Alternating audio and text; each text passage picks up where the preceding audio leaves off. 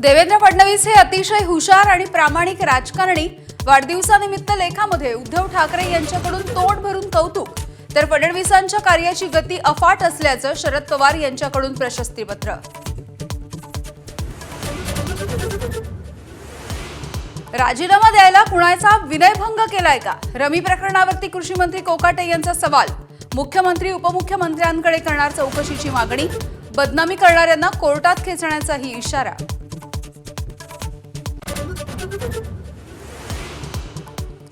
पीक विम्याच्या वादग्रस्त वक्तव्यावरती स्पष्टीकरण देताना कोकाटेंची जीभ पुन्हा एकदा घसरली। शेतकरी नाही तर सरकारच भिकारी असल्याचं केलं वादग्रस्त वक्तव्य। सावली बारच्या पाठोपाठ सावित्री नदीमधील गाळ उपशावरूनही अनिल परब यांचे योगेश कदम यांच्यावरती गंभीर आरोप। फडणवीसांनी योगेश कदमांचा राजीनामा घ्यावा, नाहीतर कोर्टात जाण्याचा इशारा।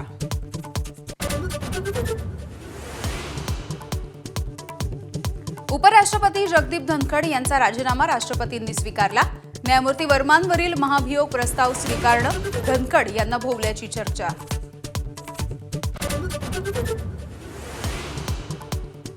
बीडमधल्या मस्साजोगचे सरपंच संतोष देशमुख हत्या प्रकरणाची पुढील सुनावणी 4 ऑगस्टला। वाल्मिक कराडचा दोषमुक्तीचा अर्ज न्यायालयाने फेटाळला। उज्ज्वल निकम यांची माहिती।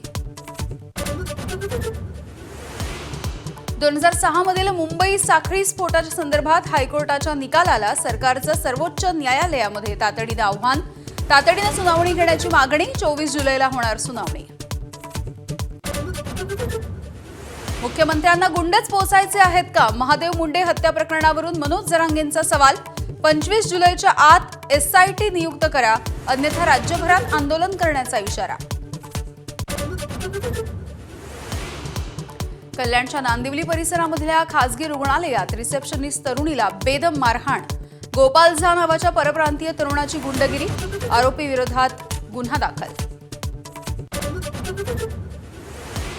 विदर्भ आणि मराठवाड्यामधल्या अनेक जिल्ह्यांमध्ये मुसळधार पाऊस। नदी ओढे दुथडी भरून।